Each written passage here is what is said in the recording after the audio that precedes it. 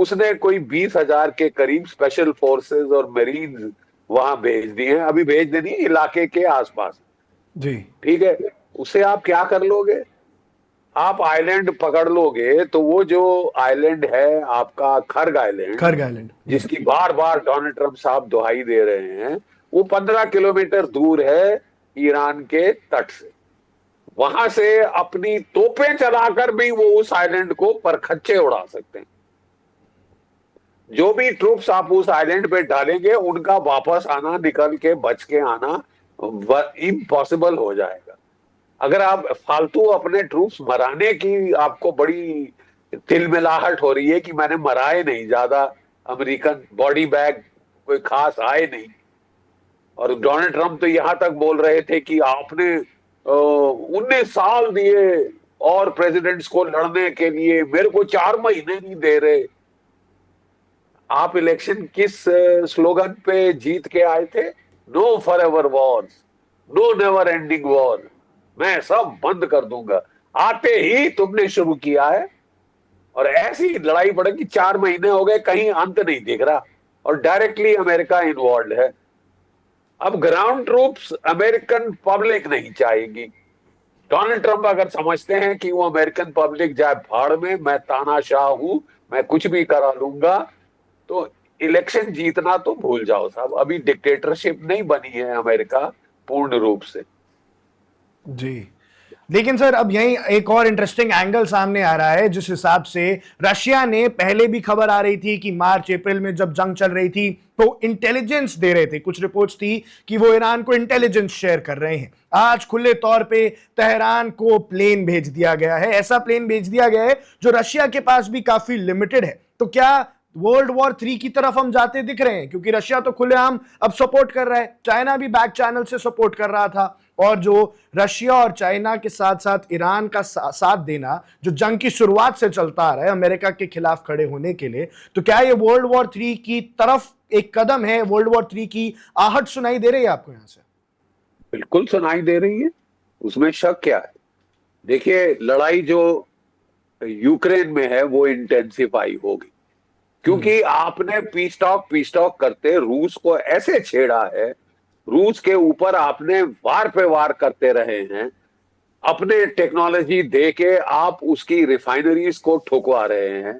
ऐसी हालत रूस में पैदा कर दी है कि उसे भारत से पुतिन को मांग करनी पड़ी कि मेरे को रिफाइंड ऑयल और डीजल और पेट्रोल भेजिए, और हम भेज रहे हैं, वहां से चीन भेज रहा है। ठीक है, तो आप मतलब पीस टॉक का बात करते हैं, लेकिन पूरा नुकसान पहुंचाने की चेष्टा अमेरिका की है, यूरोप की है। और वो अब रूस को उन्होंने इतना बोरिया दिया है, बौखला दिया है पुतिन को, कि वो एस्केलेट करेगा यूक्रेन में, और टिट फॉर टैट आपको वो जवाब देगा ईरान के जरिए। ठीक है, और ईरान को दोनों चीन और रूस इंटेलिजेंस सपोर्ट देते आए हैं, targeting support via BeiDou satellite, GLONASS satellite, GPS जो इनके हैं, उससे टारगेटिंग इंफॉर्मेशन पूरी देते रहे हैं। और अब तो बात हो रही है कि रूस जो है ईरान को Su-35 जेट फाइटर्स देने वाला है, और S-400 surface to air missile देने वाला है, जो गेम चेंजर हो सकता है। जी। उसके बाद अमेरिका का एयर अटैक करना आसानी से फिर आसान नहीं होगा साहब। अच्छा खासा नुकसान उठाना पड़ेगा, अच्छा खासा नुकसान उठाना पड़ेगा। जी। जी। तो अब सर ये एक, तो लड़ाई तो बढ़ती ही दिख रही है, और बढ़ने में प्रॉब्लम यह है कि गल्फ ऑफ हॉर्मुज बंद रही तो दुनिया की इकोनॉमी का सवा सत्यानाश बिल्कुल सर्टन है।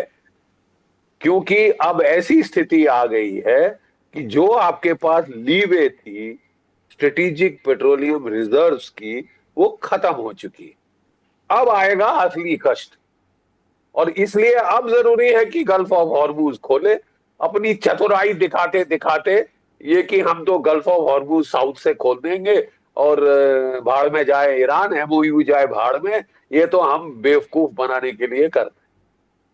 तो आप किसका बेवकूफ बना रहे हैं? आप अपना और दुनिया का बेवकूफ बना रहे हैं। झूठ और फरेब की भी कोई हद होती है। Why did you sign the MOU if you had no intention of abiding by it? इतना बड़ा बड़ा काले अक्षरों में साइन क्यों किया आपने, जबकि डे वन से आप उसको तोड़ने पे आमादा थे? हमने तो बेवकूफ बनाया। स्टॉक मार्केट्स को कंट्रोल करना था, वहां पैसे भी कमा रहे हैं कि मैं प्ले करूंगा स्टॉक मार्केट्स, प्ले करूंगा प्राइस ऑफ ऑयल। तो फिर ये साहब खेल बड़ा महंगा पड़ जाएगा दुनिया को। ये तो आप गिठान बांध के चलिए। और ये जी तबाही करने पे तुले हैं दुनिया की इकोनॉमी की, और कर रहे हैं। चतुराई से बाज नहीं आएंगे।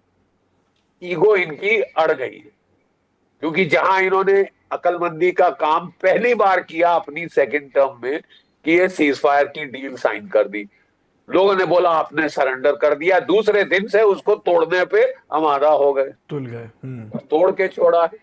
जी तोड़ के छोड़ा। भी आपको दिखा दी, सर दूसरे ने भी दिखा दिया। आप तोड़ोगे तो ठीक है, गल्फ ऑफ हॉर्मुज बंद कर देंगे। सर अब हमने अमेरिका के पर्सपेक्टिव से तो समझ लिया कि जो डोनाल्ड ट्रंप ने किया वो सरासर बेवकूफी थी, पूरी दुनिया को अब फिर से ऑयल क्राइसिस की तरफ धकेल दिया। लेकिन अब यहां ईरान के अंदर खामिनी की मौत का बदला लेने की भावना है। मुज्तबा जी ने ऐलान किए हैं कि जब तक बदला नहीं लेंगे शांत नहीं बैठेंगे, हिट लिस्ट जारी की है। अब यहां से ईरान का आगे का रास्ता क्या है? ईरान यहां से आगे जंग कैसे लड़ेगा? एज ए डिफेंस एक्सपर्ट भी ईरान के पास की जो बैलिस्टिक मिसाइल्स हैं अब कितनी बची हैं, कितना दमखम अब उनके पास बचा है इस जंग को लड़ने के लिए, और वो कितना खींच सकते हैं? देखिए, ईरान ने शुरू से कह दिया था कि आप हफ्तों के लिए लड़ने को तैयार हो, हम महीनों के लिए लड़ने को तैयार। इतना हमारे पास है। पहले अंदाज था कि ईरान के पास कुल 1,500 से 2,000 मिसाइल है।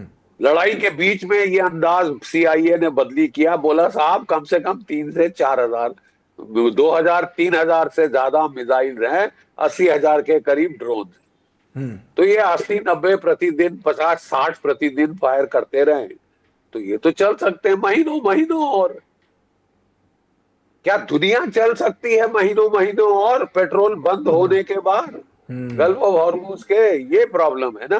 क्या अमेरिका की इकोनॉमी कितनी देर चल सकती है अगर ये ओवरऑल ऑयल की प्राइसेस चढ़ गई फिर से? तो यही तो अमेरिका के CEOs ऑयल कंपनीज के डोनाल्ड ट्रंप को समझा रहे थे, और पहली बार उसको समझ आई कि मैंने क्या बेवकूफी करी है।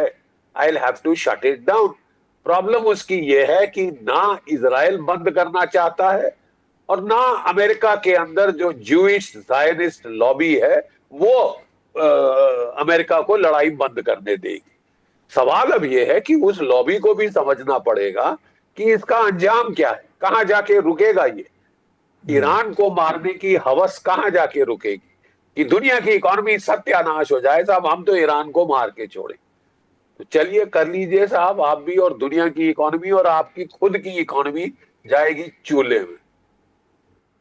सर एक सवाल और उठता है सर यहाँ पे। ईरान ने हर जगह हमले कर दिए अभी जब से ये फिर से जंग शुरू हुई है, पिछले 48 और 72 घंटे में उन्होंने क्या कहते हैं हर जगह अपने सारे पड़ोसी देशों में, चाहे वो जॉर्डन हो चाहे कुवैत हो, हर जगह हमला किया, पर इजराइल पर अब तक कोई हमला नहीं किया। और वहीं मैं एक स्पेकुलेशन पढ़ रहा था कि इजराइल पर अब तक हमला इसलिए नहीं किया है क्योंकि इजराइल पे ईरान कोई बहुत बड़ा घातक या तो केमिकल वेपन से या न्यूक्लियर लाइक हमला करने की सोच सकता है, और अब थोड़ी देर और ये खींचातानी करेगा USA गल्फ स्टेट से, फिर इजराइल के ऊपर चुपचाप हमला करेगा। ये मैंने एक थ्योरी भी पढ़ी, कॉन्स्पिरेसी थ्योरी भी पढ़ी। आपको इस पे क्या लगता है कि अब तक इजराइल को कोई जवाब क्यों नहीं दिया है? सीज फायर टूट गया है, मेमोरेंडम खत्म हो चुका है, क्यों?